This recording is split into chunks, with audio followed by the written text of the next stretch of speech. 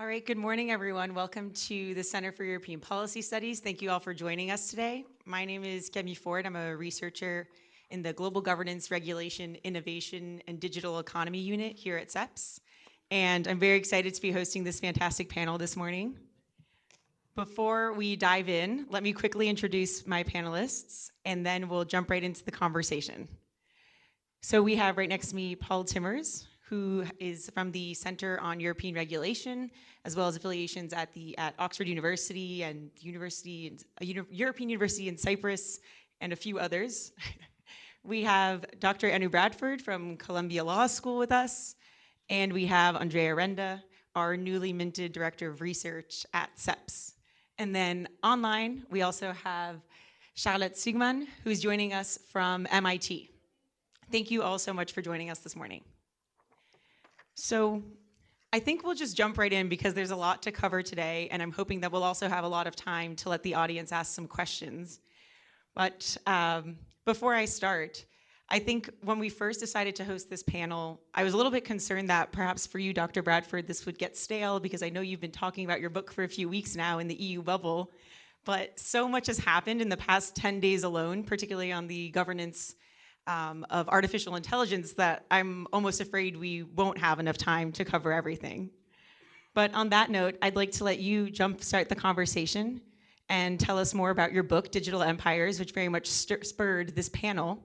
So just as a brief background, Dr. Bradford is the mind behind the Brussels Effect, and her newest book, Digital Empires, recently came out, looking at 3 different regulatory models between the US, EU, and China, and how that will affect the regulation of digital policy and technology globally. So if you could tell us more about what spurred the book and how you situate it in the current landscape, that would be fantastic. Great, thank you so much, and thank you all for coming. I'm really excited to share this conversation with my co-panelists and with all of you. So the Digital Empires is a follow-up in a way to the Brussels effect because it is still interested in what is Europe's place in the world, but now really focusing on Europe's place in the digital world and how it finds its place in the intensifying tech competition between the United States and China. So the book has this premise that there increasingly now is globally a consensus that technology needs to be regulated. And I think when Camille was referring to this past week's events, if you look at the UK's AI summit, it sort of shows that this is not only Europeans that are now aware that technology needs rules. But at the same time, there was no global agreement coming out of the UK summit, and I don't generally see that there is a global consensus on how we regulate technology. And the book hopes to offer a conceptual framework in thinking about 3 primary ways to regulate the digital economy. There is the American market-driven model, there's the Chinese state-driven model, and a European, what I call a rights-driven model. So very quickly to sort of walk you through these different models. The American market-driven model really wants to prioritize free innovation, free markets, free speech, and it is a techno-optimist, techno-libertarian view of the world where the tech companies are in principle handed over the power to regulate the digital economy, and the government is reserved a very minimalist role. So we're primarily relying on voluntary commitments by the tech companies. And even if, again, when Camille mentioned the events of this past week, we saw an executive order coming from the White House when it comes to AI regulation, that is still falling short of the US Congress setting binding obligations on tech companies the way the EU's AI Act sort of intends to do. But it already shows that the conversation is very much shifting in the US as well. But traditionally, the American model has very much been and continues to largely be a market-driven model. The Chinese state-driven model, China is very focused on making China a technological superpower. But the government also deploys technology as a tool for surveillance and censorship and propaganda in an effort to entrench the power of the Communist Party and ensure social stability in the nation. So the Europeans are often portrayed as being there in the middle, forced to choose between China or the US, not having a thriving technology sector on its own. So in the book, I argue that the Europeans are not prepared to, nor are they forced to choose between China and the US. The Chinese model for the Europeans is too oppressive, whereas the American model is too permissive. So the Europeans have carved out their own rights-driven model. This notion of human-centric digital transformation, where the protection of fundamental rights of individuals, the preservation of democratic structures of the society, and an idea of a more fair redistribution of the gains from digital transformation takes the center stage. So those are the three models that I discuss in the book. I use quite provocatively the title empires, but I do it for a reason. Because none of these regulatory models are confined to the jurisdiction themselves. Instead, each of them are exporting their respective regulatory models. The American model gets exported through the private power of the US tech companies that are basically taking over the world.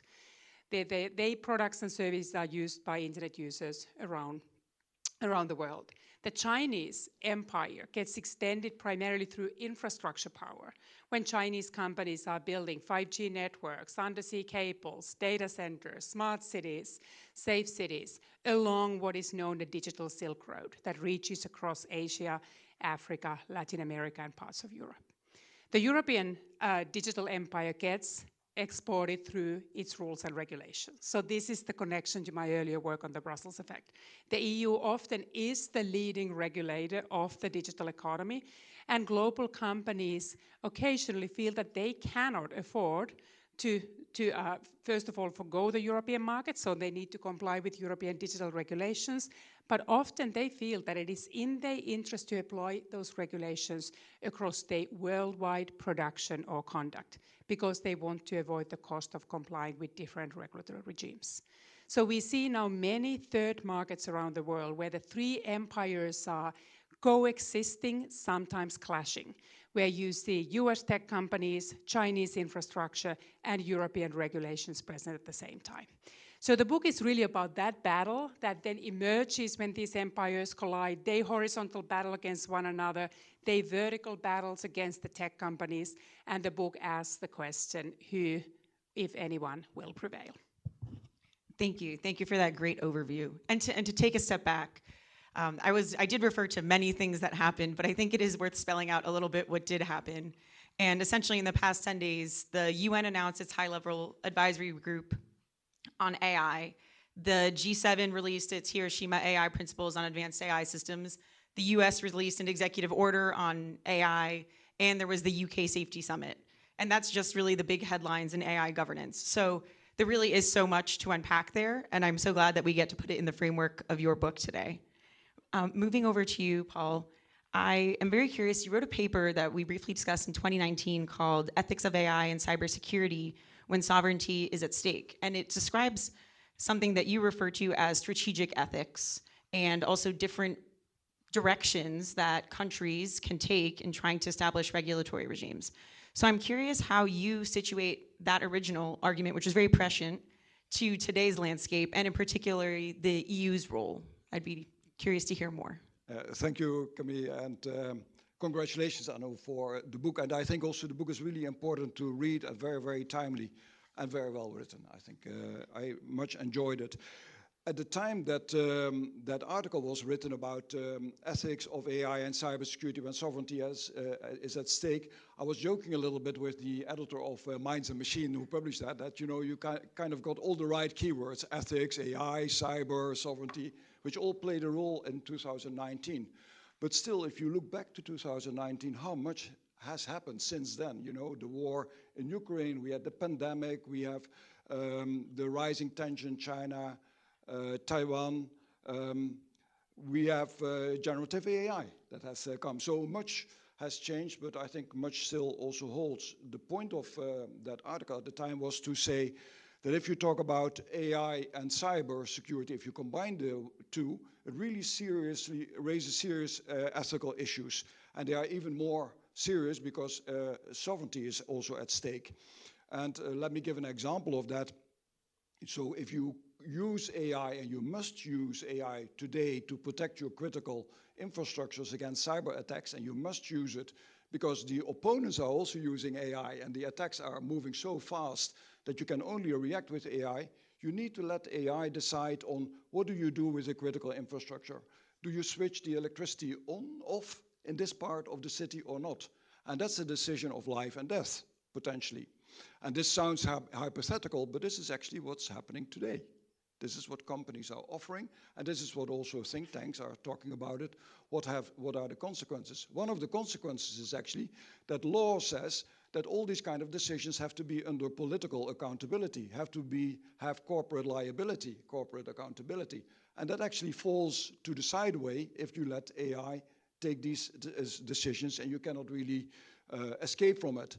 And the law is an expression of our sovereignty, the way we want to organize the state, the legitimacy of the state. So actually, in this combination, the unavoidable combination, is just one example, we will see that sovereignty is at stake, and we're struggling, I think.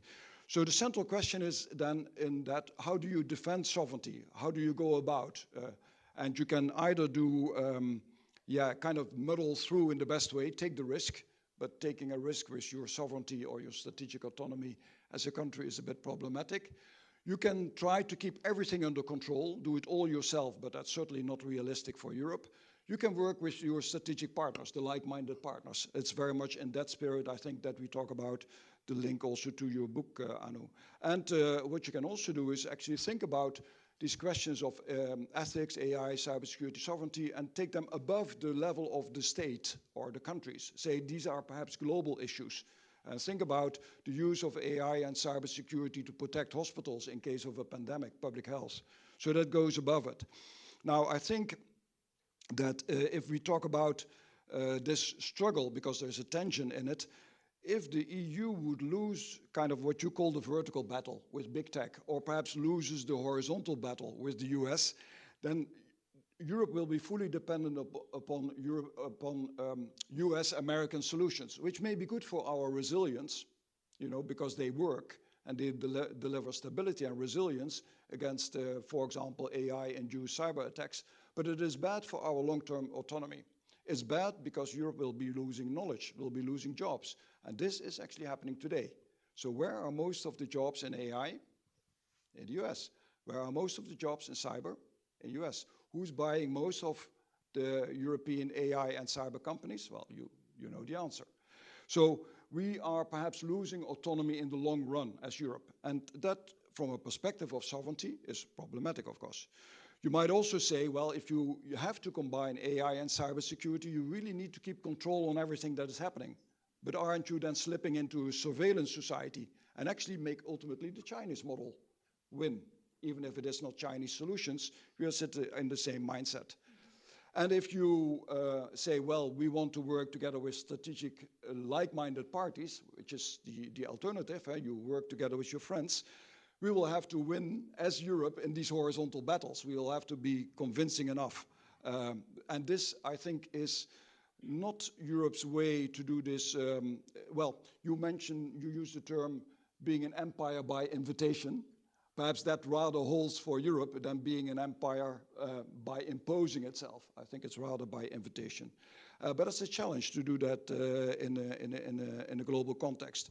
So when you talk about strategic ethics, I actually mean think about these questions of ethics and cyber and AI in the context of geopolitics. That's what it is. So it's geopolitical strategy. And then you need to think about it. Ethical questions, for example, how much risk can you expose your citizens to? That's an ethical question. How much risk can you expose your state to? And that defines who is us, who are we talking about, who is friend, who is like-minded, and in a certain sense also who is others. And that's really the geopolitical battle that we see there. And then perhaps also to make this better case to those that are undecided, to be convincing enough that in a certain sense, Europe has a better proposition also for those that are undecided in this. And ultimately, I think also, and I think that's important to not forget, we are talking very much in the framing of states and sovereignty and everything, but there are so many problems that actually need to have a global solution. So perhaps we also, as Europe, need to show some leadership in stepping above that level of the horizontal and the vertical battles and actually have a leadership that is capable of tackling issues globally, like, for example, where we do need to use AI and cybersecurity to protect against child pornography. just to mention an example, against global cybercrime, or that we need to have the data flow freely because these are data that are related to environment and climate. So with that, perhaps I hand back to you. Great, thank you. No, and you opened up many different avenues for us to take this, so that's great. But thank you for that overview. I'd like to turn to Charlotte, who's joining us online. And one of the reasons I was excited to bring on Charlotte is because she co-authored a great article last year on the Brussels effect and AI, in particular looking at the EU's AI Act. So I'm hoping that you can tell us more about that piece, which obviously fits neatly into this broader conversation. And then if you could also zoom in on the generative AI piece for us, looking at how those conversations have been going in the trilogue negotiations lately, but also perhaps in the context, in the global context, I'd be grateful for that perspective too. Great. Yeah, thank you so much for the invitation. Very humbled to be here, even if I can only join remotely. Yes, also very excited to have this in the context of the Brussels effect on Anu Bradford's new book, which I also can recommend as a great overview for like learning about these various different actors on the international landscape. I want to quickly just cover like, yeah, 3 key points that I see as like at the intersection of kind of generative AI, general purpose AI systems, the role of Europe in this global conversation. So Marcus Anderlung and I published this report titled The Brussels Effect and AI, building on top of a lot of Anu Bradford's work on like theorizing the Brussels effect in the more general domain. And we particularly discussed the probabilities of like AI regulation having an effect outside of Europe, specifically the EU AI Act, but also acknowledged that this obviously applied to similar regulation that is already being passed, such as the Digital Service Act, that could very much kind of include many of the chatbots if they might be included as like search engines in the future. And some of our conclusions that we came to is that what really matters potentially for this Brussels effect is at what stage in the technology stack, and that is how early on one is regulating the technology. Second of all, this kind of a norm effect of, is Europe actually being seen as someone who is leading on like AI rights, AI discussions, has this great effect. And we then particularly zoomed into the kind of cost structure and the market structure of the AI industry, which has a particularly big fixed costs, so one-off costs rather than just like variable costs, and how this might influence positively the probability of regulatory diffusion, not only from Europe, but also from other empires that might or might not regulate AI in the same intensity. What I want to talk about very quickly is kind of my first point on this question of if the EU wants to like stay relevant in this generative AI discussion in particular, and I will just focus on this because it's also the focus of my own work. What could one do when it comes to now the implementation as well as the last stages of the negotiations on these acts? And so the 2 things I want to stress here is that in order to influence this de facto Brussels effect, so the idea that companies kind of conditional on staying in the EU comply voluntarily with the rules globally just because this happens to be the most profit maximizing decision for them, that de facto Brussels effect might very much be influenced by the level in the kind of technology stack that one is regulating. That is like things like focusing on the kind of core underlying models, such as the foundation models, has like this much greater chance of regulatory diffusion. And secondly, whether or not we will see kind of an actual effect of Europe, I think will greatly depend on the ability of the EU institutions to actually enforce this regulation. And so we will see how quickly kind of things like ECAT and the EU AI office will be built compared to like similar initiatives in the US and in the UK, such as the UK AI Task Force and the US AI Safety Institute and various of these institutions.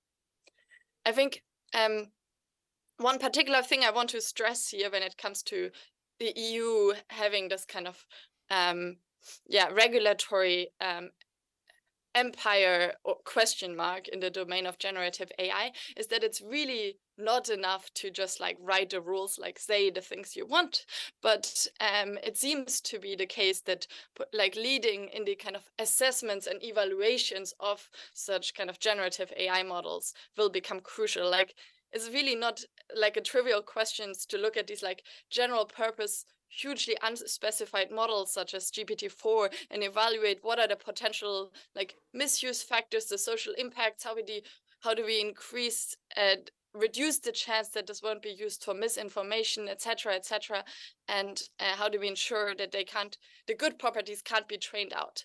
And so that requires just like kind of top-notch research on these questions and like a high quality evaluation ecosystem where other countries have really the ability to export or import if they wanted to kind of EU AI regulation, because they're not just the rules, but there's the actual prescription about how to go about kind of testing your models and proceeding with this. And 1 or 2 years ago, it seemed much more plausible that the EU will just be leading on AI regulation. And now when we see kind of, generative AI laws being discussed and like passed in China, as well as the executive order, and the US kind of announcing the AI Safety Institute, with NIST, UK having an AI task force where they spend much more computational resources, not just talent, on AI safety assessments. I think it becomes much more crucial that the EU is also leading on the kind of evaluations and assessment ecosystems when it comes to large language models, foundation models, generative AI, like evaluating these risks and societal impacts. So I think that this is one thing I want to stress, is just like a particular lever to actually stay relevant as a kind of regulation-based empire in the world when it comes to generative AI. And I think this is particularly important in the context in which all of these AI evaluations, or at least it seems like this, will not become relatively standardized tests, but will just become like hugely kind of open intellectual challenges just because the ecosystem is moving that fast.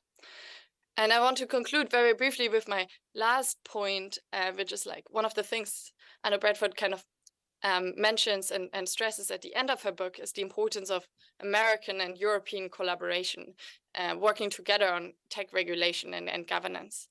And I want to just very quickly conclude by 2 concrete proposals that one could do to kind of move this potentially a bit deadlocked situation on like EU-US tech collaboration forward in the space of generative AI. So one of them would be, we see these conversations happening on the kind of policy level, such as the TTC conversations. But one question I'm wondering is whether we will see enough collaborations or policy-led collaboration on the assessment safety standardization question. So can we do much more collaborations and kind of integration of the technical implementation of rules and laws, and the sector that is asking the question about how to make AI systems safe, how to make them truthful, how to make sure that the safety guards can't be trained out, how can they help with cybersecurity, etc. A second thing the US and the EU could just collaborate much closer on would be the question of how to deal with this like multiplicity of risks when it comes to like tech governance or AI governance in particular. And so given that we are facing this like huge diversity of risks from like misuse, safety, alignment, fairness, surveillance, redistribution, misinformation, epistemic security, I think it will become much more important to make sure that this discussion is kind of rests on a good evidence basis and is not just left to party politics. And the UK AI Safety Summit has one of the implementation, kind of a very minimal version of the IPCC for AI, in the sense of just like a tiny report that will be published in 6 months. And I think one of the things one could do much more closely with the partners on the other side of the Atlantic would be to collaborate on implementing a much more ambitious version, for instance, on studying these risks and summarizing them for policymakers, and collaborating by kind of starting with a common definitions of what the problems are, even if one disagrees about the right strategies to tackle them. Thank you. Thank you. I think we'll definitely come back to some of the points you just raised, particularly on the transatlantic piece. But before we do that, I would like to turn to Andrea and ask you. We've been talking about the U.S., the EU, and China, but a lot of the conversation on governance is at the multilateral level right now. And so you recently wrote about the alphabet soup of multilateral AI governance, and I'd love for you to tell us a bit more about that and how you contextualize these three empires in that broader context. And perhaps also if you could touch upon, we're talking about the EU, the US, EU, and China, but there's also absolutely everyone else who is going to be affected by the governance of AI. And so if you could briefly touch on that too. Thank you. Thank you, Camille. I'll try. First of all, I want to welcome also on my end, since we are both SEP's colleagues, welcome Anu, Paul, and virtually Charlotte. It's great to have you. Are you on the West Coast, Charlotte? I hope so, right? I actually just flew to the East Coast, so okay. yeah. So so we're deeply sorry, and all the solidarity, because it's a very early morning, let's say, or late night, whatever. So that you're very brave doing this, and your speech even made sense, so which is phenomenal. So when I think about Anu, sometimes I think about Steve Jobs, and which is not bad, right? But for a specific reason, like Steve Jobs. I think if he could today jump on a tram in Brussels or in a subway train in New York or wherever and see each and every person with a smartphone in their hands, he probably would have mixed feelings and say, what did I do? So if Anu, she comes to Brussels, goes to EU institutions and see how used and misused the Brussels effect is, you're probably a little bit horrified sometimes because, I congratulate you on your work, on your book, on your new book as well. But you gave a phenomenal hope, and sometimes even a misplaced hope in the hands of EU policymakers, that whenever they produce something, they say, okay, whatever happens, we're going to have a Brussels effect. So it's going to land somewhere. Now, and you rightly, I think, describe the Brussels effect as the result of specific legal traditions, economic factors, as a historical phenomenon to some extent. And I don't know if you share this view, but I think the Brussels effect and the way it feeds into the Digital Empires book is not something you take for granted, right? It is something that has happened. They may yet happen, but it depends very much on how the different actors play out. So what we're seeing, I think the alphabet soup, or what as I call it, the Shibuya scramble crossing of global AI governance, is a good example of how these things play out, right? We've had, obviously, the EU taking the lead many years ago, since 2017, 2018, on trying to define concrete rules that would be applicable and enforceable on AI going forward. It's a path that has changed over the years because the subject matter was changing, right? But then I think there has been already early on an interest in defining international rules or defining international principles at least. This has changed, as Charlotte was saying, with the advent of generative AI. When in November last year, ChatGPT, a year ago, started permeating our lives, this was a big game changer and a disruptive factor for all the players in the room. The EU institutions, I think, realized that the speed of change was excessive for the slowness of development, which is the price of the big and complex democratic process that we have here of the AI Act. The US realized that there was an opportunity in speeding up the definition of rules at the international level. China realized that a generative AI system that is not aligned with socialist values is a danger, and so they were the first to regulate and actually specifically provide for, and mandate that generative AI in China be aligned with socialist principles and rights. Since then, alphabet soup, also because, in my opinion, the way I see it, and what I wrote as well and continue saying, is there has been a shift of the attention from the rights-based approach that we were trying to cherish with what I will say perhaps in a couple of minutes to qualify this statement in Europe, towards an approach based on basically fear of human extinction, or a safety-based approach, I would call it. And indeed, Institute for AI Safety Task Forces, the word safety is everywhere. It was not as salient a year ago. So safety is everywhere. Fundamental rights, human rights are still there. AI for good, using AI for, I don't know, sustainable development goals is becoming a useful add-on. And why is this happening? In my opinion, many of the tech giants, or the sons and daughters of the giants, because we have, OpenAI and Anthropic, for example, are being now subsumed under the umbrellas of this bigger, the usual suspects, the big tech giants in any case. OpenAI being essentially Microsoft company, Anthropic having received big investments from both Amazon and Google over the past days. They, first of all, started shouting, "We are too dangerous, you have to regulate us." They went to the US Senate and say, "Please do something to us because we cannot help being as dangerous as nuclear weapons." Then they crossed the Atlantic, Sam Altman in particular, when they saw the AI Act, said, "Okay, but not like this. Okay, regulate, but not like this. And if you regulate like this, we actually pull out of the EU."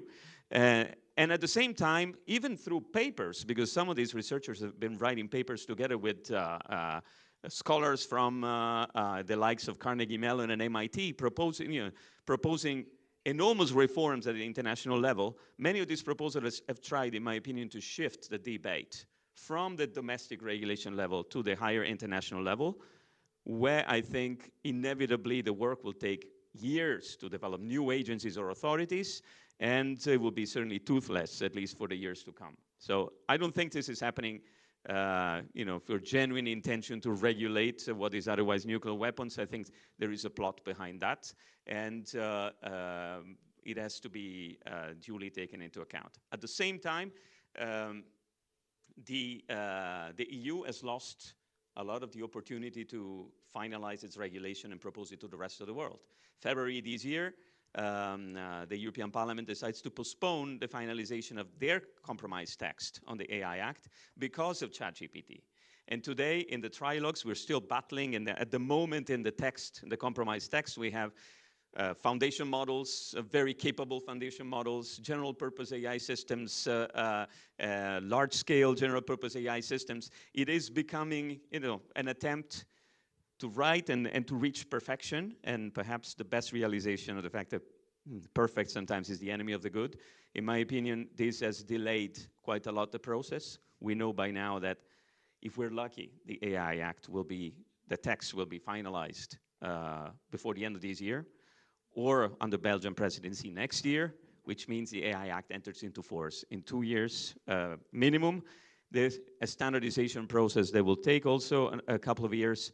My question for Anu as we continue the conversation will be, the process effect being a historical phenomenon, in this case, has the EU taken too long to get there to really exert this effect, or is there still time? We've seen, well, we can talk about this later so that I don't take too much time now. We've seen an attempt of the EU to revert to a terrain which is not particularly comfortable for the EU, which is the terrain of self-co-regulation. We've been talking about AI pacts, just adding a P, but this make a huge difference, right? Bilateral pacts between the European Commission and the tech giants, waiting to anticipate the effects of the AI Act, which we don't know what they'll be because the text is not there yet. We have, in Europe, then Vestager has announced a code of conduct, which somehow was offered to the US. It somehow made its way through to the G7 voluntary code of conduct that was recently presented. But at the moment, I think the impact that the EU and the contribution that the EU is giving to the overall process, both in the UN and in G7, the UK Safety Summit, and so on, the contribution is much smaller than one would have expected only a year ago. So if I had to summarize this contribution, and playing a little bit with empires, in the case of the US, we see the executive order. It's true that not all of this is binding regulation, but there is a mixture of the two, and there is also an interesting call for bipartisan efforts to pass privacy laws. It's a massive effort. I would say the empire strikes back on regulation. In the case of the EU, my fear is that the emperor is naked at the moment. So we're going to have to find emperors new clothes to dress it in a way that can continue to exert its impact at the global level. And as a footnote, this would not take only rules. In February 2020, the European Commission announced its intention to create an ecosystem of trust on AI, mostly made of rules, standards, and so on, and an ecosystem of excellence, which would be made of investment and research and development projects, and creating a European way of developing AI, which would stand out also in terms of industrial competitiveness. Now, the second part we haven't seen, and again, open question to my co-panelists, can we have the first without the second today? Can we have, even if we manage to have this ecosystem of trust, can the EU really do it if it doesn't do a little bit of additional homework on the side of industrial competitiveness? Over to you, Camille. Thank you. I think I have to give Professor Bradford the opportunity to respond, but I'm also seeing a lot of nodding from Charlotte, and after that, if you'd also like to add something, more than happy to have you contribute. So, Professor Bradford, back to you, perhaps. So fantastic. This has been such a rich set of comments that I would need hours to do justice to all the observations, but maybe just a few of the common themes that came out. So first of all, I really don't want to take away anything from the significant in terms of the shift of the executive order. And so that's something that I predict in the book, that the US is moving towards the European rights-driven model. And in part because the American digital empire is declining. In that model, the rights-driven, the market-driven model has failed in many parts of the world, and much of the sort of the foreign constituencies are now resentful of the excessive power of the US tech companies. And even the United States itself is now starting to second guess its techno-libertarian commitments and looking now to move towards the way the Europeans look at digital regulation. And I see an executive order an attempt to do that. But just a word of caution. Executive order is the same as the Congress passing on legislation. Executive order can be revoked by the next president, and we have presidential elections next year. And it is not guaranteed, I hate to break it, that President Biden will get a second term. And it is not then guaranteed that all those 29 or something agencies that are now tasked to implement the executive order are going to do that vigorously and consistently even after the next election.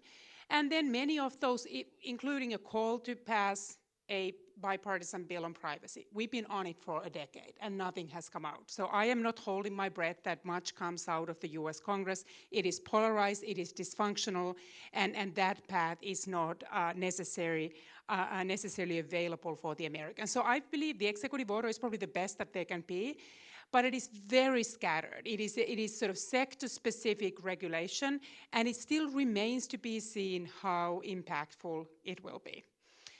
So that's, I think, the one thing. Then there's this whole idea that we recognize the trade-off between speed and then the idea of efficiency. Some say that the speed is actually harmful here, that we don't yet understand AI, that we actually would need to take our time to understand this technology.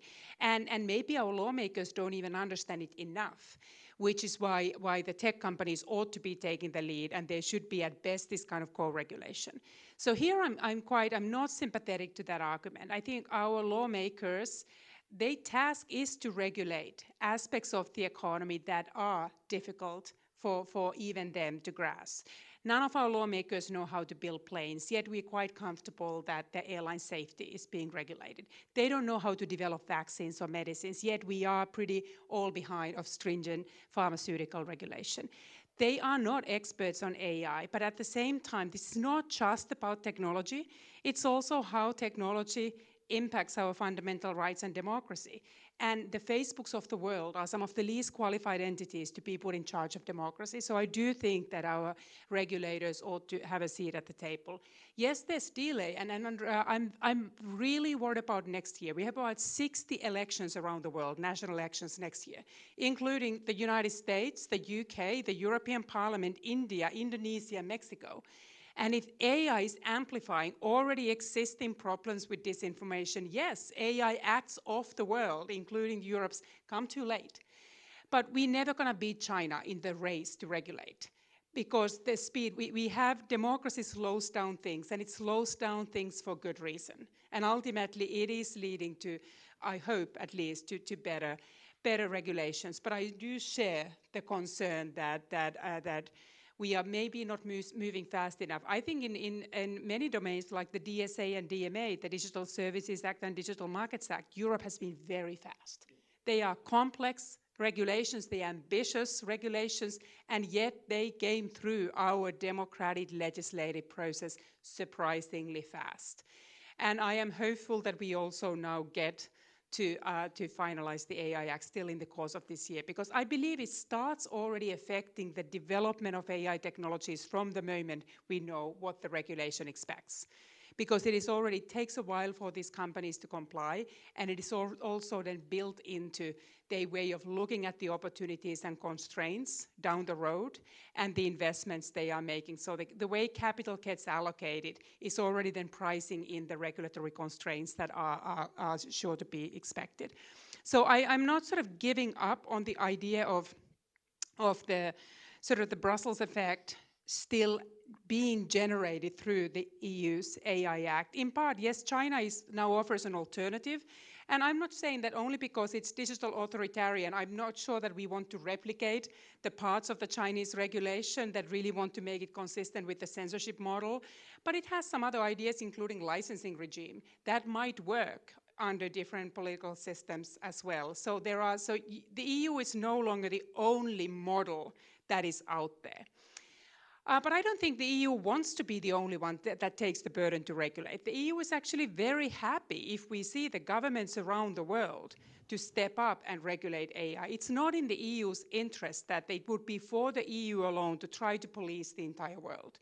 That the progress made in the EU could be offset if we have a bunch of governments around the world that then offer the kind of free-for-all jurisdiction. So I think this is actually exactly what the EU wants to see. I'm worried about two things about the EU, and this goes a little bit to various comments that have been mentioned, and I think also the way you talk about strategic ethics, Paul. I completely agree that the world has shifted even since I wrote the Brussels Effect. It's much more now national security-driven, geo-economic focus on how we think about our digital economy. And the conversation around strategic autonomy and digital sovereignty is very pertinent now. And I do believe that we cannot be naive. We need to understand that we should not be dependent on foreign technologies, and I'm worried about the extent to which we are dependent. But the response also worries me. I see a lot of calls for industrial policy and techno-protectionism emerging from this town. And I think if you believe in the Brussels effect, you need to also realize it is a tool to export good and bad regulations alike. It can also be a very effective tool to entrench techno-protectionism around the world. And that doesn't serve European interests. If Europe now wants to harness its competition laws as a tool to build European national champions, prevent foreign companies from acquiring European targets, guess what is waiting a European company that goes to Brazil and wants to acquire a Brazilian target? They may like their national champions just fine too. So in that sense, I think we really need to be concerned that if we start pursuing data localization, if we try to see that our national security imperatives take over the rights-driven model and the commitments that have made it so successful and so appealing for the rest of the world, we may be getting more than we bargained for and maybe overplaying our hand. And that's something that I warn in the book, that the US and the US in particular, but also the EU are now playing Beijing's game. In many ways, if you look at the US, is very far from the market-driven model right now. It's export restrictions, investment restrictions, inbound, outbound, massive subsidies being like flying the market, and we are trying to keep up. And I hate to break it to you, we're going to run out of money first. And the idea that we're already spending over 40 billion so that we are no longer 90% but 80% dependent on foreign semiconductors, I just don't know whether that is the path towards European competitiveness. I'm all for more European capabilities. I'm all for industrial competitiveness. But in the book, I argue that to get there, we should not become protectionist. We shouldn't too much rely on industrial policy. And we shouldn't just be complacent and say that we regulate our way to that kind of powerful position. I think we need to genuinely invest in European capabilities, which means we need to complete the digital single market. We need to make sure we have deep, integrated, robust capital markets union. We need to reroute our bankruptcy laws that make failure now fatal in Europe and prevents our entrepreneurs from engaging into really risk-seeking innovations that I think is important for disruptive technologies like AI. And we really need to focus on immigration. We are not harnessing the world's best talent to innovate in Europe.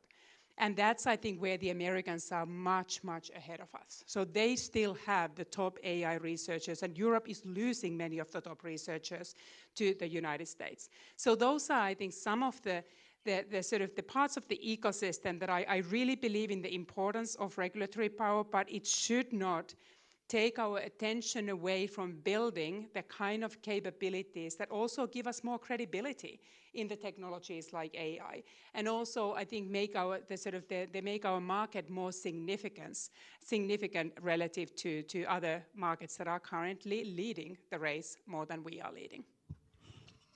I'd like to take the opportunity to jump off of a couple items that you raised, and I think that also circle back to what Charlotte raised earlier about transatlantic cooperation. It doesn't seem to me necessarily that that is something that's working as well as one might think right now. I work very closely on the TTC, and Charlotte, you raised the idea of emphasizing risk management, aligning on risk management. But in theory, the EU and the US already do that through the joint AI roadmap that they proposed through the TTC in over a year and a half ago at this point. And then we look at other initiatives like the EU-US data privacy framework that's about to be contested again. And so looking at the big ticket items that are supposed to bring together transatlantic cooperation, they're not working so well, and the US is getting more and more focused, if you will, on its geoeconomic interests internationally. And sometimes the EU follows suit, but perhaps not always, particularly as governments will change potentially next year. So I'd like to raise that to the panel because I think it was an important part of the book was the idea that EU and US cooperation should be leveraged towards a greater good or towards sort of countering potentially negative regulatory regimes like the more authoritarian one in China. I know, Paul, you had some remarks to make on that, so I'd like to invite you to speak first, but it's open to the entire panel before we wrap up and head to questions. Yeah. Paul, you can go first.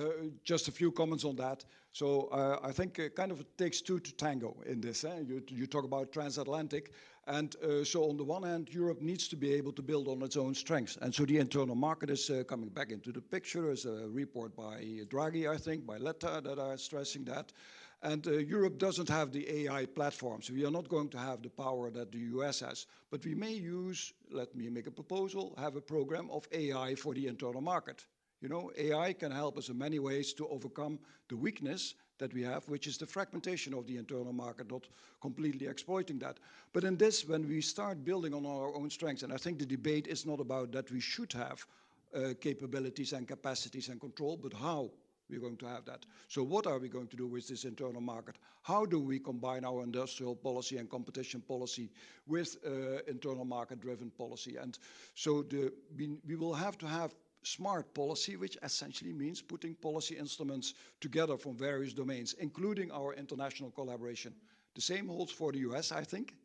So if I read, I thought reading back a little bit about what happened last week, you know, there was an interesting quote of Kamala Harris. So let me read it to you. That was in the Financial Times. So Kamala Harris said, "Let us be clear. When it comes to AI, America is the global leader. It is American companies that lead the world in AI innovation. It is America that can catalyze global action and build global consensus in a way that no other country can." So the writer in the Financial Times said Kamala Harris deserves marks for honesty, but not for diplomacy. Because I don't think this is the way you do diplomacy in a transatlantic setting. This is essentially saying I'm the hegemon. And the same is what China says. And that's not the way I think that Europe expresses and wants to express itself. But it has to do, say, it still will have to build these capabilities, these capacities, and this control. And I think that's kind of the part of the unsolved question. What is the advice to this commission and the next commission in very sensible, feasible actions that are fast enough, as you say, Andrea, you know, that don't let the opportunity pass, that strengthen that makes Europe internally stronger in order to also collaborate and have legitimacy externally. Just one more comment. What I'm a bit worried about the discussions that have been happening last week, also at the AI Safety Summit, is to some extent the absence of, you might say, the voice of people, of citizens. So, you know, there is this trilemma of Danny Roderick that says if you have economic globalization, you have sovereignty, and you have democracy, the voice of the people, you can have two, but you can't have three. So you can have economic globalization, which is tech giants wanting to operate all across the world. You can have the defense of sovereignty, which are the rules that you want to have in your region or in your country, but then your democracy will suffer. And they make quite convincing arguments for that. And I find it a bit worrying that that voice wasn't really expressed that clearly at the AI Safety Summit, and I'm also not sure at the executive order. But I think that's perhaps, let's turn it around, an opportunity for Europe, because that's much more in the European spirit to make sure that we also have that voice present in the way we move forward in strengthening our capabilities and capacities. Thank you. Charlotte, please go ahead. Oh yeah, maybe I want to follow up very quickly on the very last point you made, and so this question of how to, the question of how to make trade-offs between these various different goals, and I think a similar framework I really liked is the tech trilemma from the Collective Intelligence Project, which is also in Oxford. And so they described this like potential trilemma between like safety concerns or security concerns, progress, and democracy. And I think the important thing, at least that's what I want to believe, is that, yeah, one can overcome the whole trilemma, like the whole three things together. Like, I don't want to give up that there's an option where we have safety, security, progress, and democracy when it comes to developing technology such as like generative AI. And so what could this mean very concretely? We have these NGOs such as the Collective Intelligence Project that are working together with companies on figuring out how to have the say of many people when it comes to what should a large language model say, for instance, when it comes to political decisions or when it comes to other kinds of value judgments. And so they're building kind of the infrastructure such that theoretically you can have really many people involved in that conversation, and not just the people who, for instance, know how to engage in very complicated legal processes or regulatory processes in Brussels and DC, but kind of bring this discussion of how do we want to shape generative AI much more in the kind of living room discussion. So I'm excited about this as like a way of doing kind of like alignment assemblies on what should the large language model do in various situations. So that is to say on the democracy versus safety side. And then I like the discussion of like, how should we deal with industrial policy or industrial competitiveness and its trade-offs, but also potential collaboration aspects with AI regulation. And so I think one important thing to notice is that in theory, industrial policy and kind of aims for trustworthy AI can also very much go together. Like the US and the EU and many kind of regulators played a really important role in what kind of technologies got developed in the past by making decisions for what kind of things get funding and what kind of research get funded. And that is potentially also a much greater lever to kind of decide as a region or as a continent what future AI systems should look like. Like, do we want to develop more of these general purpose, bigger systems? Should they be more decentralized? And then push for industrial policy into specific areas of technology development. Thank you, Charlotte. I'll go over to you, Andrea. Yeah. All right. Yeah, I want to say a couple of things. The first on transatlantic. The state of the TTC at the moment on that respect is not the most encouraging, I would say. There is a first working group of the 10 that compose the TTC that has a sub-working group on AI composed of 3 groups. Sorry for the big hierarchy and complexity. one on terminology, and recently a first list of terms that the US and EU agree upon was released for comments, 65 terms. So that is, if you wish, a little bit of flirting. It's not, it's not very substantive, but at least it's trying to call the same things in the same way. The second one will be on standards. So this is where Charlotte would be happy to see some developments, but we don't see at the moment big developments. The third one would be on future risks. But I think that one is not advancing either. So hopefully, in the few months, the window of opportunity we have between now and, fingers crossed, the next elections in the U.S., we'll see what happens. By the way, we saw the New York Times releasing a very worrying poll about Donald Trump being ahead on the key states. Okay, there's still some time to go, but yeah, we are all worried on this side of the pond for sure. So that is the current state. A lot of the work might be surfacing. It is contributing at a slightly higher level, which is the OECD working group on AI risk and accountability and incidents. So I'm a co-chair of the working group on AI and AI risk in the OECD. So there is an attempt to try and map the existing risk frameworks, including the NIST one, including the EU AI Act, emerging one, but also many others, including ISO, international standardization organizations, and so on, and try to build not a common homogeneous framework, but an interoperable one, meaning trying to map whether there's a tendency of calling the same things or approaching the same phases of risk management in the same way. And there's broad convergence there. This week is also the week of the OECD ministerials. So I think this is more what we will report in there. So that's the first part on transatlantic. The second is, again, going back to the Brussels effect and what the EU can do. I wanted to add a couple of considerations. So in my academic work, I've been, of course, studying and observing with a lot of interest what Anu has done. From my perspective, the Brussels effect for a specific piece of legislation will be more likely the greater the distance between the EU as a sort of trailblazer and the rest of the world, and also the weaker is the current developments at the international level, okay? In AI, unfortunately, it's not the same thing as it happened with GDPR, where the EU took a clear lead. The US is certainly, as we see, not ready to regulate. And international developments, if not the Council of Europe, but the international developments were not anywhere close, the level of activity that we see, boiling now. So I think there is a window of opportunity that can open, and it's closing for the EU AI Act. It might come back, but I want to add a beacon of hope there. I think there are two things that the EU can do that others cannot do, and that the EU has done, and this I want to concur with Anu. The first is certainly the Digital Services Act.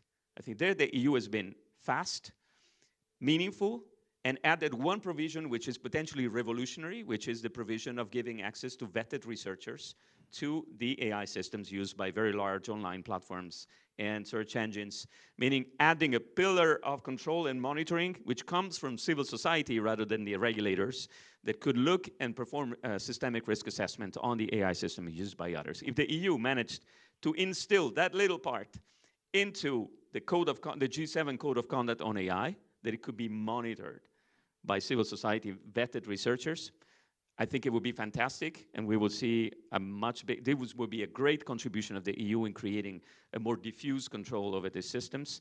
The AI Act, in the way in which the text is shaping, is now borrowing that provision, the trusted flaggers and vetted researchers provisions from the DSA, into the text of the AI Act. So we might see something like this on foundation models in particular going forward, centralized enforcement in the Commission for those foundation models, and vetted researchers, trusted flaggers. At least this is what we see from the leaks. We see what survives through to the end. The second thing, and then I close, that the EU could do is antitrust. And it's also covered in your book by describing the constellation of rules that shape the EU approach to the digital market. There is a quite clear tendency towards an enormous concentration. And I would use a term that we've used, Paul certainly has, for other parts of the internet, which is platformization.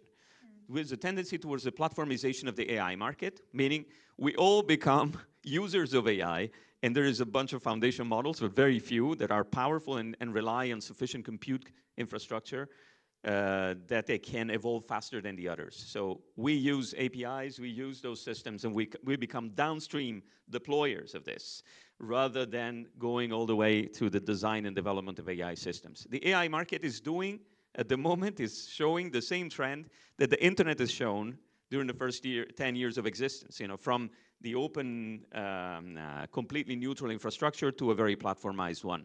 And this is where perhaps antitrust at the EU level is more powerful, more structuralist than the US one, and the EU can have more teeth in that respect. So DSA and antitrust, antitrust rules are, in my opinion, the two, much more than the AI Act, the two big contributions that the EU can still give to this debate in the short term before it takes a shape that goes far away. I have a footnote, but I don't know if this would be too much.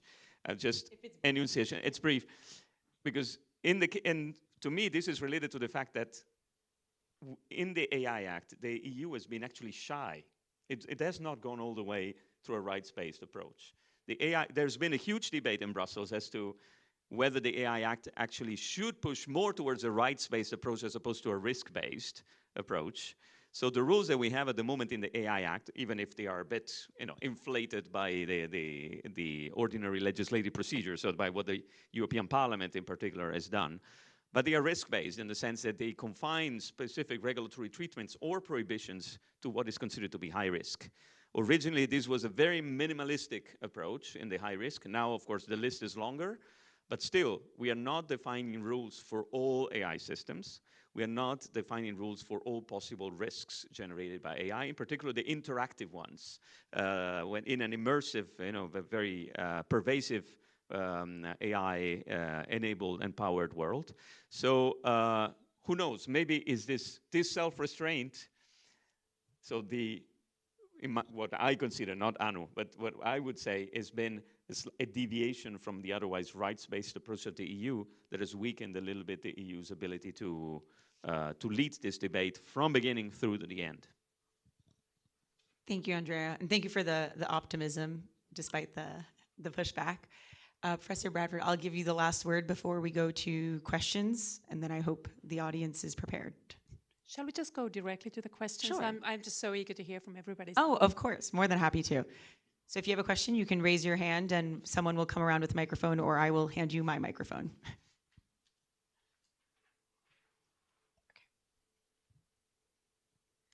I will hand you my microphone. Thank you very much. My name is Alexandra Shoykat. I work at FTI Consulting. Thank you for a really, really interesting panel. This was really gave me a lot to think about. I have one question that's actually linked a little bit more to Europe's position on the international stage. You mentioned, Andrea Renda, that Europe has been a little bit shy, I think both in your last remarks now and also just generally more internationally. And I wanted to poke a little bit to ask why you think that might be. For example, is it because they have been trying to be larger on the international stage but have sort of failed in that effort? Or is it because perhaps there has been a sort of genuine hesitation to be a louder voice for whatever reason? Or is it perhaps because of maybe this complacency that you were talking about, sort of by being the kind of already first movers and wanting to leave some more space for other people to be able to act in this space? So just wondering if you can maybe share some of your thoughts on that.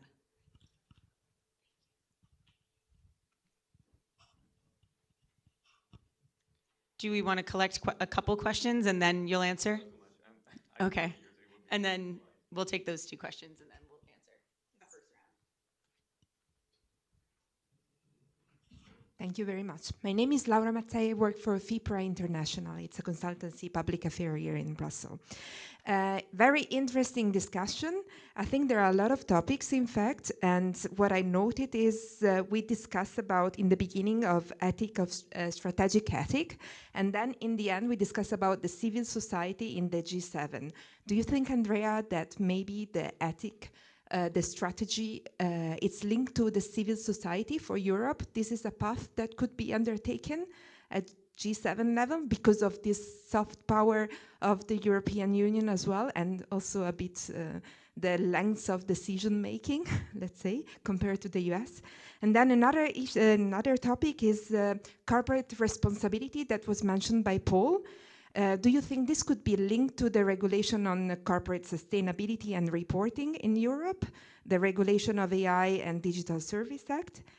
And then also I have the internal market, which I think it's a very important topic, in fact, for the European Union, and the international trade. So we discuss a lot about standards and what is the role of WTO and the European Union in the WTO in terms of AI regulation, sustainability of AI, which are all topics related to the legislation in the European Union. And this is for all, for Anu as well. Thank you. Yes. Good morning. My name is Maria Osenius. I work in the European Commission. Not in this field, though. I'm just a curious citizen, let's say. I wonder if the idea of a moratorium is completely dead. I mean, the idea being a moratorium on development so that we have time to put rules in place before AI destroys humanity. Thank you. Should we take another one? Let's answer those three, I think, and then Perfect. we'll move around. So, I mean, I open it to you, but maybe Andrea first, and then Paul and Anu jump in as you would like. Try to be super short because we are hosting the conference. I don't want to talk too much, but well, I'll start with the last one. My impression is that, you know, when I heard the State of the Union speech by Ursula von der Leyen saying nothing about cohesion and talking about the risk of human extinction, I really developed an allergy. Sorry for this. And I'm very supportive of, you know, the von der Leyen Commission and everything. I think this is hype, and this has been floated as a, you know, we have a colleague that is writing an op-ed about long-termism, Paula, that is somewhere, you know, and it's here. Okay, Paula. And I think the logic of long-termism is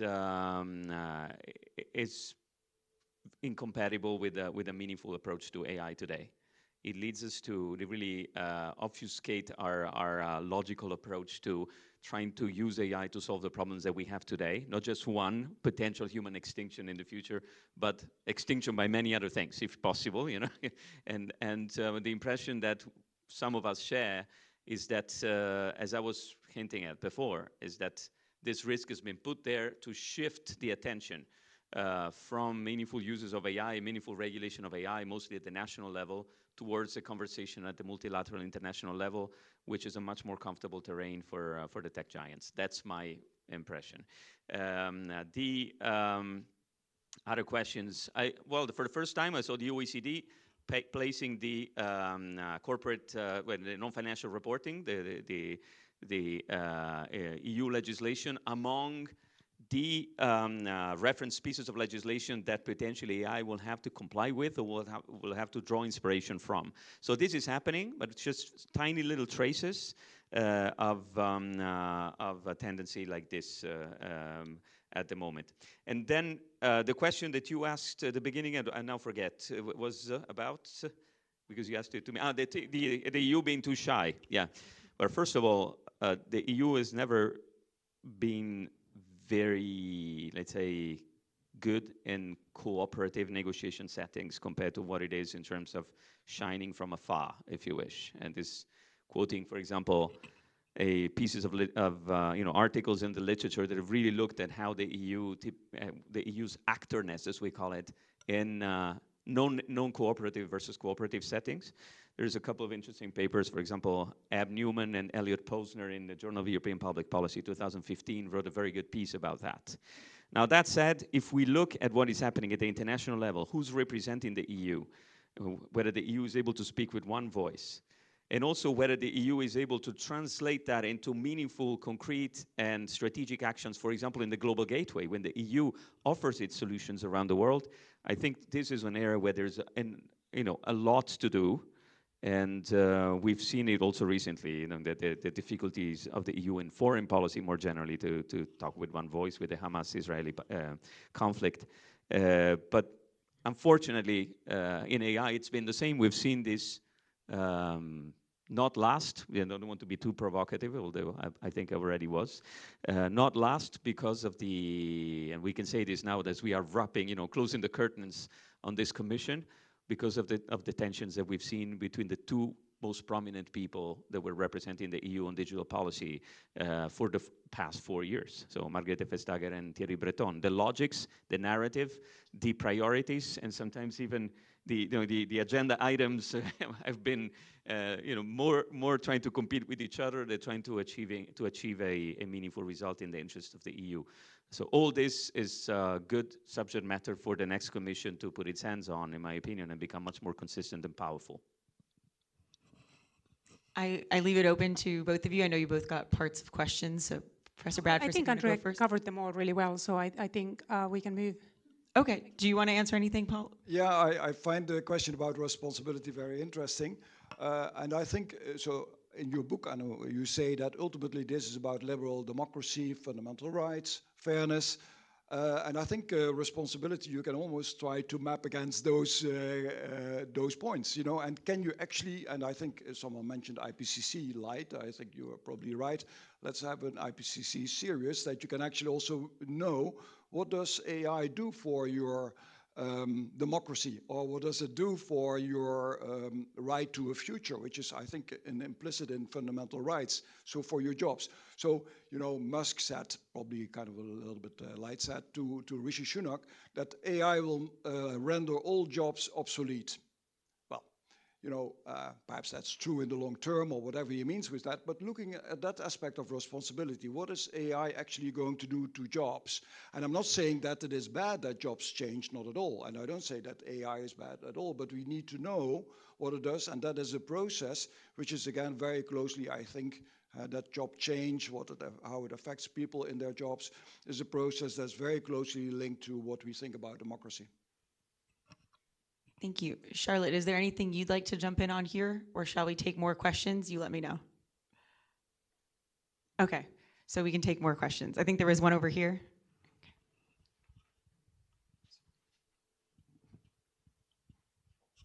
Yeah, Thomas Jørgensen from the European University Association. I was wondering about the connection between the AI strategy and the data strategy. Because I would imagine that if the EU pulls off these very ambitious data spaces and we have access to this immense quantity of data on health and industry and skills and whatnot, whether that would not make up for our weakness maybe in talent, which I don't think is so bad as is being said, and perhaps also computing infrastructure. So how does that, is that a strong hand for Europe, or is it a sideshow?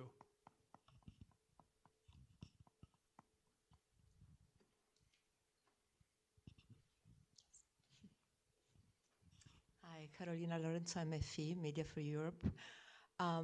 In terms of safeguarding jobs, I think there is a Brussels effect, but there is also an information asymmetry.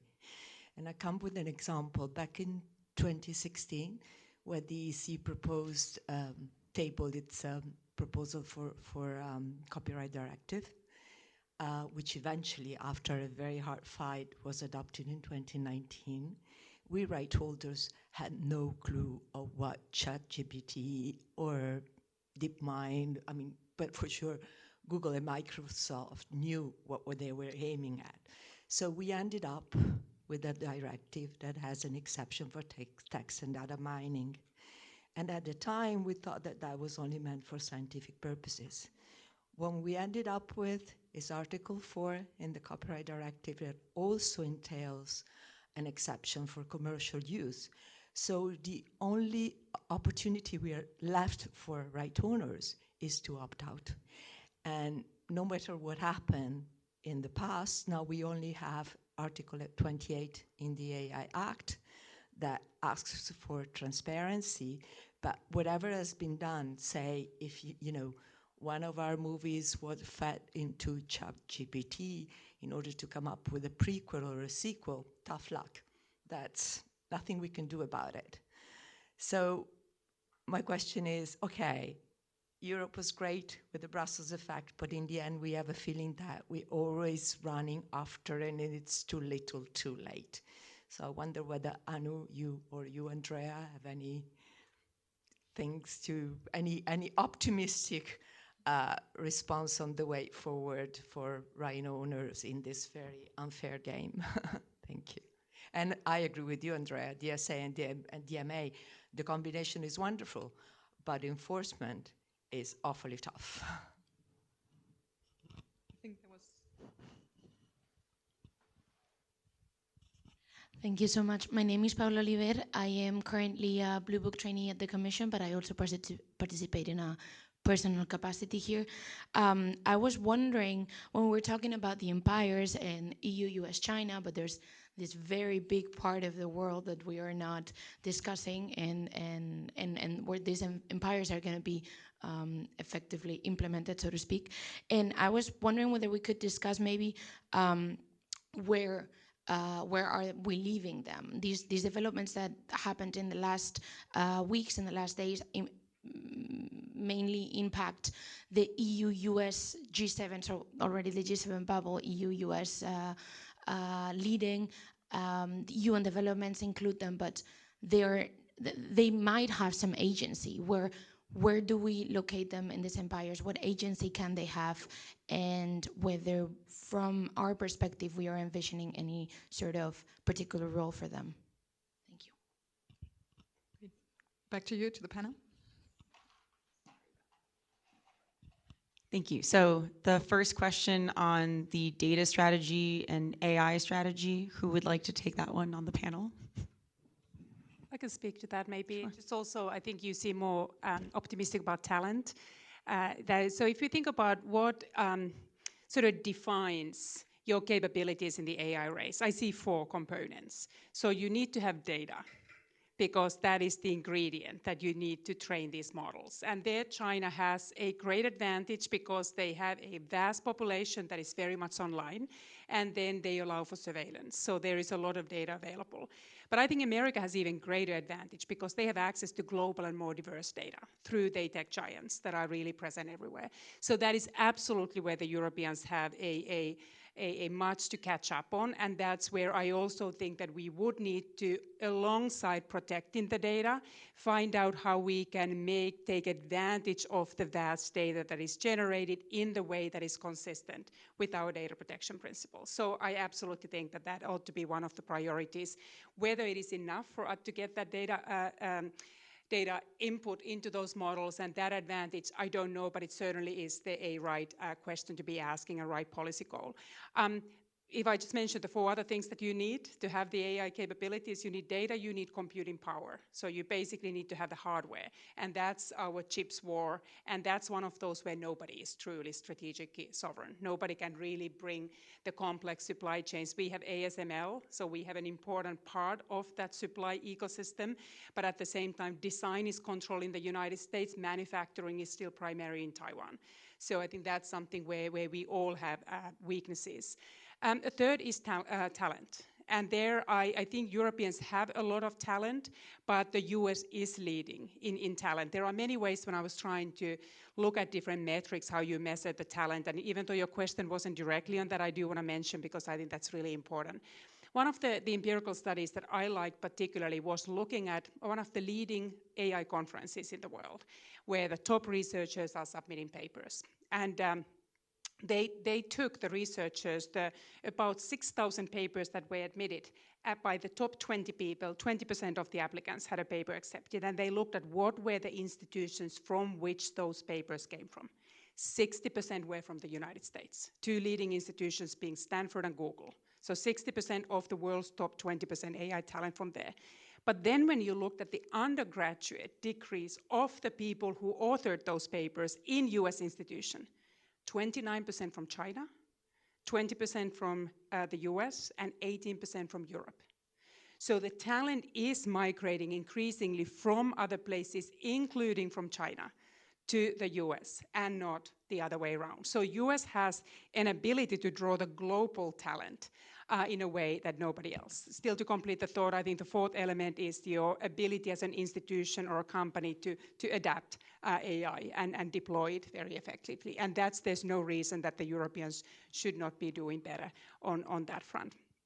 I don't know, I don't want to speak too much. There was the copyright question that others can also potentially respond. I think that's one of the hardest things, even the AI Act. I produce copyrighted material. I wouldn't want my book to be just used so that like I sit down there and think that it took me 2 years to write, but then somebody just basically asks the code, digital empires, and it emerges because my copyrighted work is used to train these models.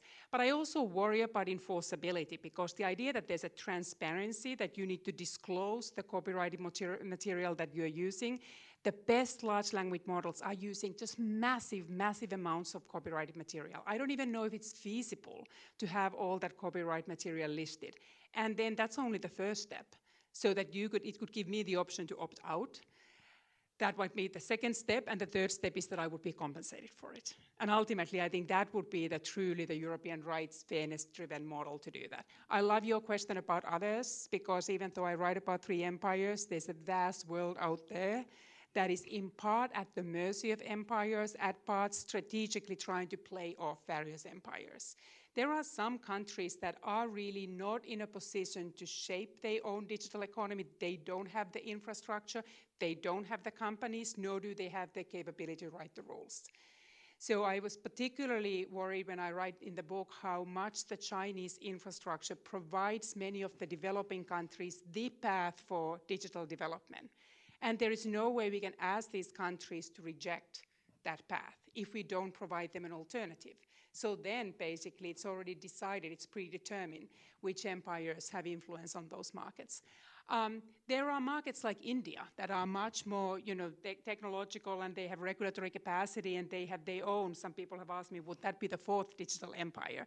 They can strategically emulate only the aspects of the empires they want. They have a very GDPR type of data privacy bill, but then they take very Chinese-like data localization provisions, which is clearly a state-driven component. Some of the policies under the Modi governance there are hard to reconcile with democracy and rights-driven models. So it's not exactly that their content moderation is part of the sort of European rights-driven digital empire. At the same time, I would have a hard time saying that they are part of the Chinese empire. They've been cracking down on Chinese app very vigorously. So, but India is more of an exception. There are many other markets that are just not quite in a position to do that. But I talk a lot in the book how the American model is declining, and the democratic world is increasingly coalescing behind a variant of the European model. And then the authoritarian and authoritarian-leaning world find the Chinese model much more appealing. And I mentioned one thing in addition to the Chinese infrastructure. And this is something I was very uncomfortable writing in the book, because I'm a huge champion of liberal democracy, but I think I had to write it because I think it happens to be true. China has shown to the world that freedom is not necessary for innovation. They have managed to create a thriving tech economy without being free. So it's very hard for us or the Americans to go to the rest of the world and tell them, if you choose the Chinese model, you will not see economic growth. All you get is control. They look at China and say, look, I can have both. And that's why I think one of the interesting races to look at is now whether generative AI changes that. Because China is now to some extent behind, in part because the generative AI, the large language models, need to be made consistent with the censorship regime. And that does limit the amount of data and the performance capabilities then of those models. But I'm grateful that you asked that question. I do, if you, Andrea, mind, because there's something that I've been thinking about your comments that I would like to maybe offer a different somewhat perspective. I don't think we disagree, but the idea that the EU somehow would be in a race, that the EU wants to be the only one with the rights-driven model out there, or the one that would kind of set the tone, I think it's exactly what the EU wanted to see with the US kind of coming on board. It actually doesn't matter if it's the EU's AI Act or if it is many of those rights-driven provisions in the executive order that set the tone for AI development. That is the kind of world that Europeans want to see. So I think the way that Biden administration ought to be sort of cheering for the EU's AI Act, because we have a binding regulation that is about to be adopted that helps entrench those commitments that are on a more shaky foundation in the US. The same way we ought to be cheering for the executive order to accomplish its goals, for to continue through different administrations, because they are all contributing towards the kind of fairness-based, rights-based, and sort of democracy-enhancing digital world that we are trying to create and sustain and strengthen. Before I let you respond, Andrea, I'm going to let Charlotte jump in because I know she wanted to respond to one of the questions, and then go to Paul, and then... I have a hard stop at 11. Yes, mindful of the last 5 minutes, and maybe you'll get the last word, Andrea, then. Charlotte, please go ahead. Oh, I just want to very quickly comment on the data's question. I loved the 4 inputs you described, so like talent, data, computational resources, institutions. I want to add a 5th one, which is algorithms. So like some of the kind of algorithmic improvements that have been driving large language models, the next generation of them will most likely stay within these companies, or big American companies. Like the transformer as a particular way of structuring the neural network within the models. The next version of that, I'm not so sure Google or OpenAI will share with the world. So that might also be an input that is unequally distributed in the world. I just came from a conference that was discussing these different factors and kind of presenting all of that literature at MIT of like, how important are these different factors going forward? And my own conclusion also after the conference was just like, no one knows.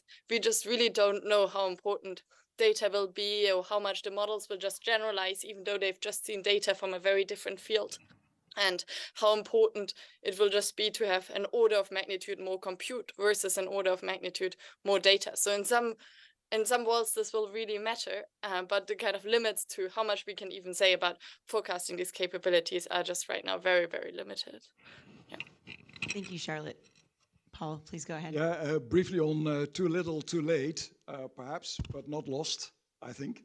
I actually think there's a lot of opportunity in the rules and regulations that we have at European level, provided that there is political leadership that this is the way you implement it. These are the best practices that you can follow, so create more certainty. International and internal policies are not working optimally together in Europe, but you might also say that is an opportunity to actually use that potential that is there internationally and get more credibility. Data, take the European Health Data Space Act. That's actually an example where we are talking about data in the internal market and responsible use of AI, because we're talking about the medical sector. That's, for me, the kind of thing that you can drive forward to make AI really used for the internal market, where a degree of fragmentation is perhaps not that bad. You know, it's diversity that we also like. And then finally, so is everything, are we falling constantly behind? I don't think it's true. In 2015, I was still at the European Commission. We were to make a document about a strategy around supercomputing. In the top 20 supercomputers in the world, there was not a single European. Today, in the top 10, there are 3 European supercomputers, and they are being made available for small companies to use AI. So I think something can change. Great. Andrea, you have 30 seconds for the last word. So I can follow up on data, where there's a lot to be said. I recently wrote a paper, Thomas, about this. I can share it with you. And Carolina, also on the copyright side, you'll see interesting provisions in the AI Act. I'll take Paula's question, because I think in what we are seeing in the different initiatives, G7, UK, and so on, the only one that in principle really cares about access from less developed countries to AI resources and the potential to develop their own, at least, applications of AI is the United Nations one. My take on this is that all the other initiatives are very unresponsive to what Guterres is trying to do, which is largely based on achieving the Sustainable Development Goals and giving access to the so-called Global South. I don't know where this is going to lead. It's too soon to say, but I don't see the other initiatives that perhaps have a bit more structure and more push from public and private sector. I don't see how they will solve the problem that we see in the projections on the dividend that AI will create for the world economy, which sees big, at least GDP improvements, if you pass me that imperfect measure of economic performance, in China, in the US, and to some extent in Europe, but rather marginal ones in the rest of the world. Okay. Well, on that note, we're going to come to a close. I'd like to thank you all so much for participating. And Charlotte, I hope you can get some sleep after this. Thank you all for joining us, and hope you have a great rest of your day. Thank you.